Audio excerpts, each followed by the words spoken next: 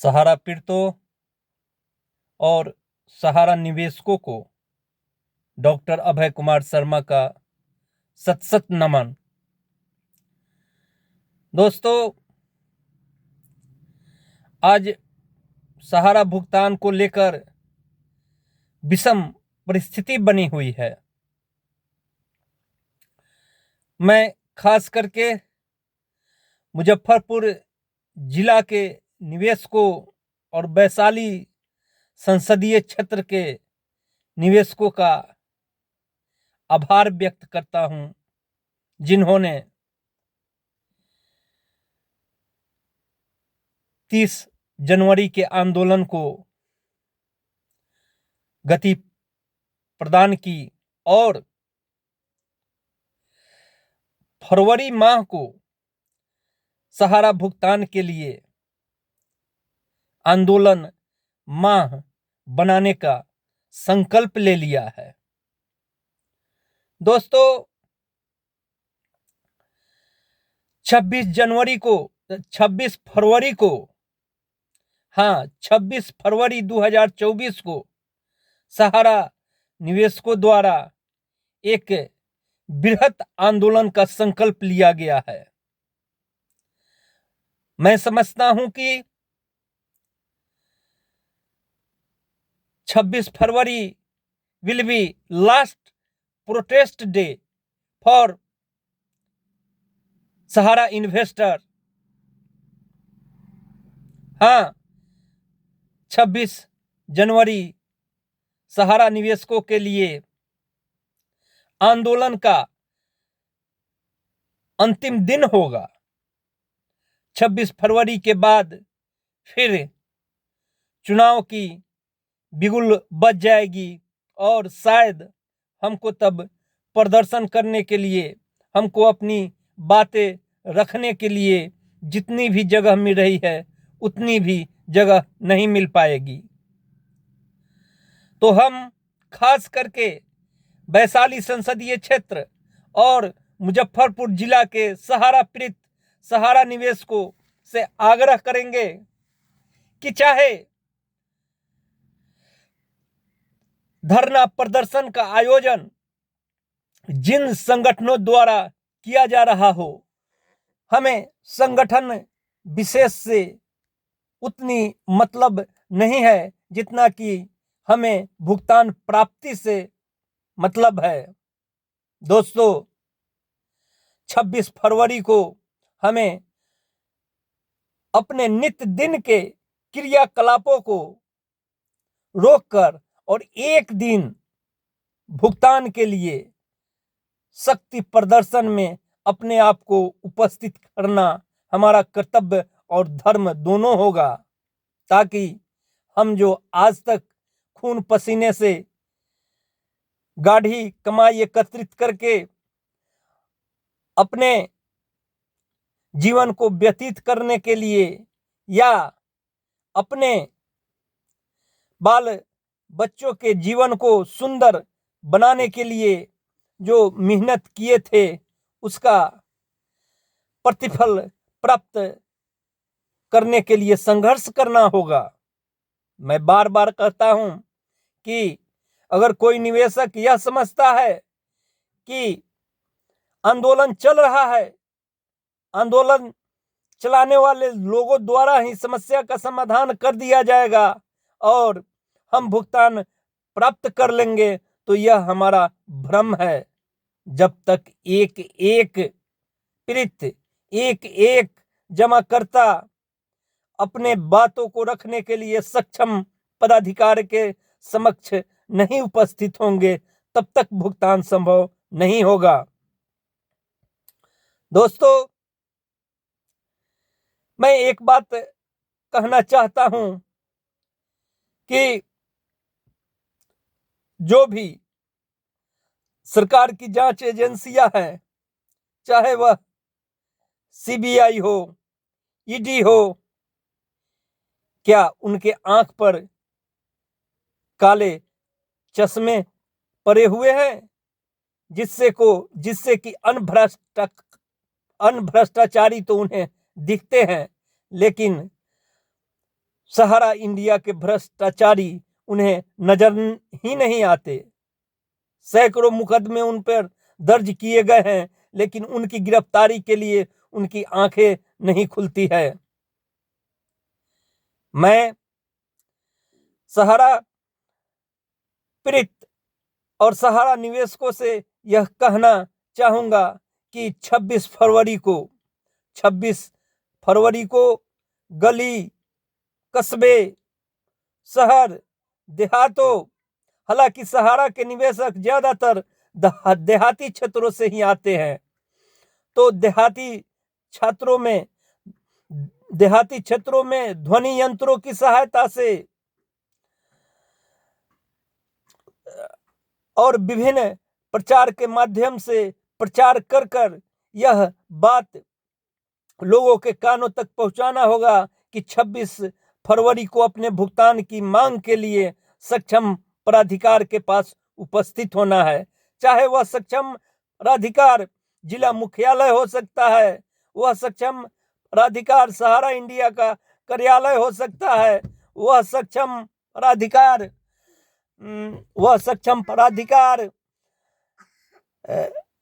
राज्य का मुख्यालय हो सकता हो।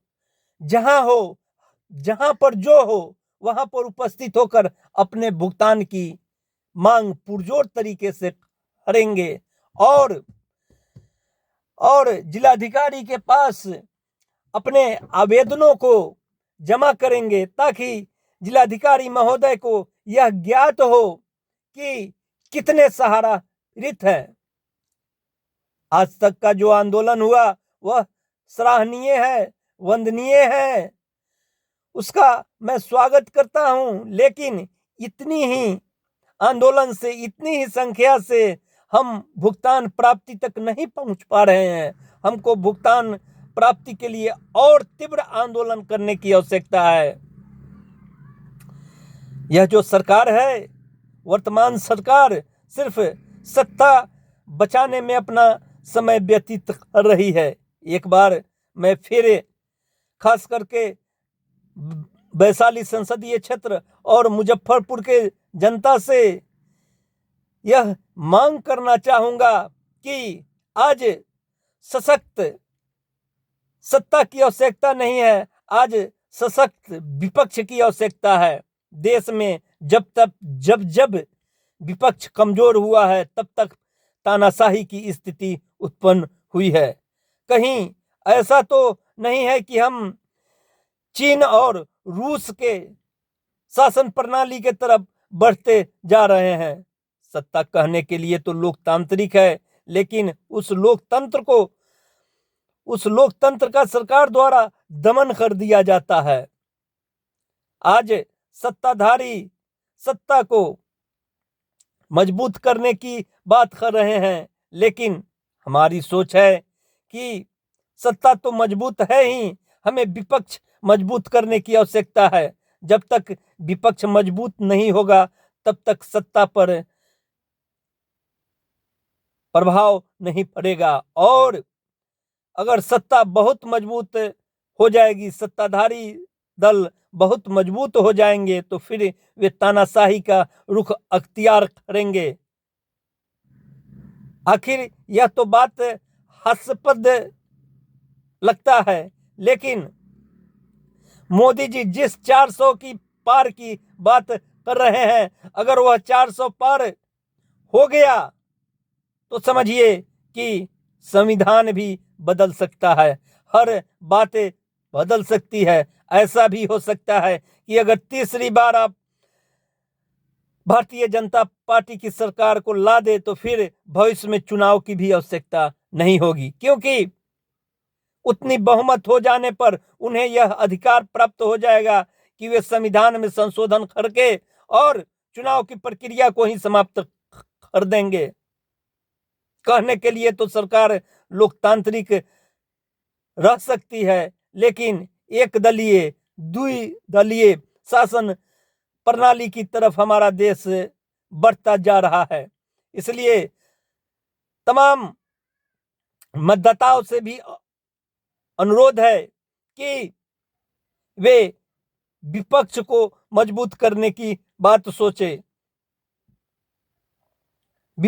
जब विपक्ष मजबूत रहेगा तब ही हमारे देश में लोकतंत्र बहाल रहेगा, नहीं तो विपक्ष कमजोर हो जाने के बाद सरकारें तानाशाही हो जाएगी और संविधान में प्रदत्त अधिकारों का उपयोग करके वह अपने इच्छा के अनुसार नियमों को बनाकर अध्यादेशों को पास करके और भविष्य में लोकतांत्रिक मर्यादाओं की हत्या कर देगी। इसलिए साथियों, हमें आज लोकतंत्र की सुरक्षा के लिए लड़ने की आवश्यकता है, हमको डरने की आवश्यकता है, हमको विपक्ष मजबूत करने की आवश्यकता है, जिसका कुछ न कुछ असर तो दिख ही रहा है। अभी जो व्यक्ति, जो संस्था या जो निकाय सरकार के समर्थन में कार्य करती है, वह चाहे कितना हो भ्रष्टाचारी ही क्यों न हो, अपराधी ही क्यों न हो, उनको कहीं से कोई एजेंसी, जांच एजेंसी उनके गिरवान तक झांकती नहीं है, लेकिन जिनसे सत्ता की प्रतिद्वंदिता होती है, भले ही वह भ्रष्टाचारी होते हैं, उनको पल झपकते जांच एजेंसियां अपनी गिरफ्त में ले लेती है। आज विगत 10 सालों से सहारा के प्रति संघर्ष कर रहे हैं, लेकिन सहारा के मैनेजमेंट के उच्च पदस्थ अधिकारियों पर कोई कार्रवाई नहीं हो रही है। इसका कारण क्या है? आप अपने आप से पूछिए या भारत की सरकार से पूछिए कि रोज दिन कहीं ना कहीं ईडी या सीबीआई छापे मारती है और किसी न किसी भ्रष्टाचारियों को पकड़ लेती है, लेकिन यही सहारा प्रबंधन तंत्र है जिन पर न जाने कितने मुकदमे दर्ज हैं भ्रष्टाचार के, और सरकार के आंखों के नीचे भारत की सारी जनता के सामने वह गरीब निवेशकों के रुपयों को हड़प कर बैठी हुई है, लेकिन सरकार का वहां पर तनिक भी ध्यान नहीं आकृष्ट हो रहा है। ध्यान आकृष्ट नहीं होने का क्या कारण है? सरकार में बैठे लोग सहारा इंडिया मैनेजमेंट से लाभान्वित है, उनकी खुशामद करते हैं, वे उनकी गोदों में बैठे हुए हैं, वे उनको सुरक्षा प्रदान करते हैं, वे हर तरह से उनको सहायता प्रदान करते हैं। दोस्तों, एक वाकया याद आता है, आश्चर्य की बात है, जब बिहार पुलिस सहारा प्रबंधक को पकड़ने जाती है तो वही यूपी सरकार जो भ्रष्टाचारियों को बुलडोजर की सहायता से नष्ट कर देती है, वही यूपी सरकार उन सहारा के भ्रष्ट प्रबंधकों को संरक्षण प्रदान करती है और बिहार पुलिस को बेरंग लौट आना पड़ता है। दोस्तों, मैं कहना चाहूंगा कि कौन जानता था कि यह बिहारी लड़का अपनों को ही नुकसान पहुंचाएगा।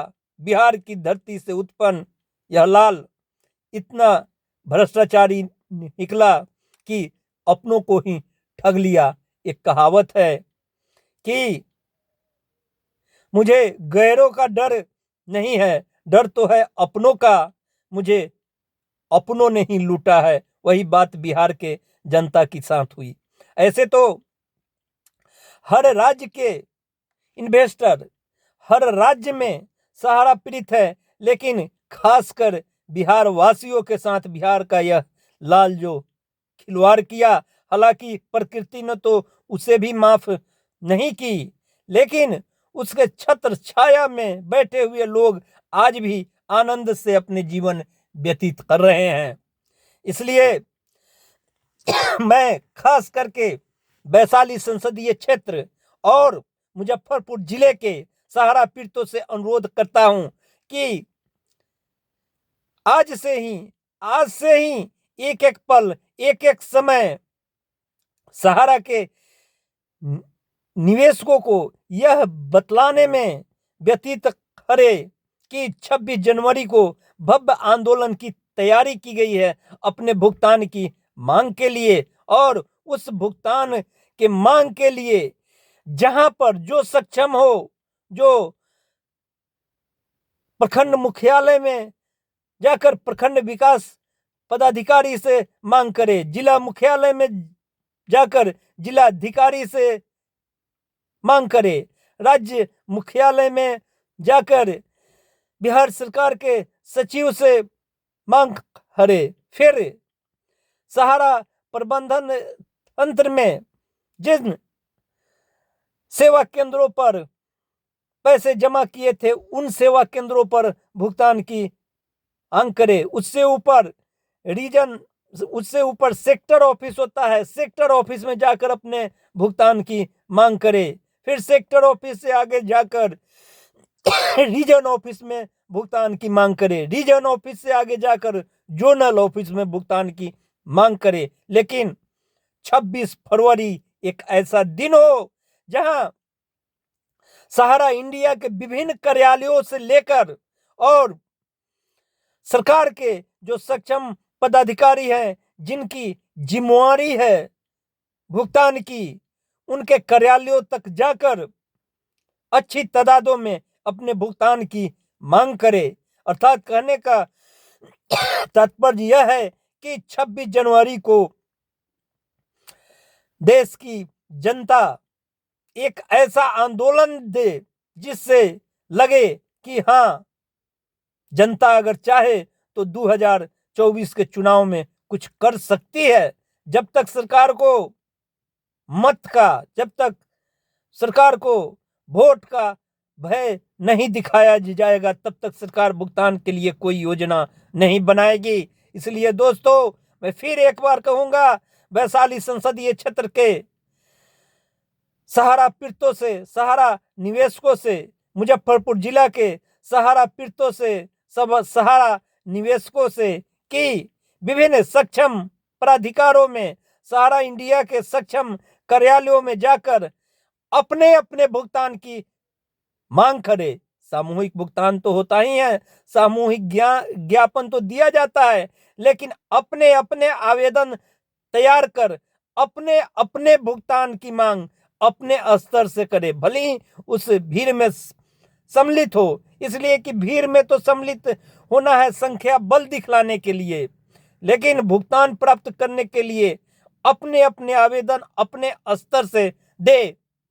दोस्तों, मैं फिर कहना चाहूंगा कि मेरे चैनल को आप अवश्य सब्सक्राइब, लाइक, शेयर करें और साथ साथ कमेंट करें, जिससे कि मैं आपकी भावनाओं को समझ सकूं और आपके भावना के अनुसार अपनी कार्य योजना बनाकर प्रदर्शन को सफल बनाने में अपना योगदान दे सकूं। चूंकि अभी हमारे पास 26 फरवरी को कार्यक्रम है और 26 फरवरी के पहले बहुत समय है जिसमें हम योजनाओं को मूर्त रूप दे सकते हैं और सभी आपस में मिलजुल कर एक बड़े आंदोलन की तैयारी कर सकते हैं। तो दोस्तों, फिर अगली बातें अगली मुलाकात में करेंगे। तब तक धन्यवाद।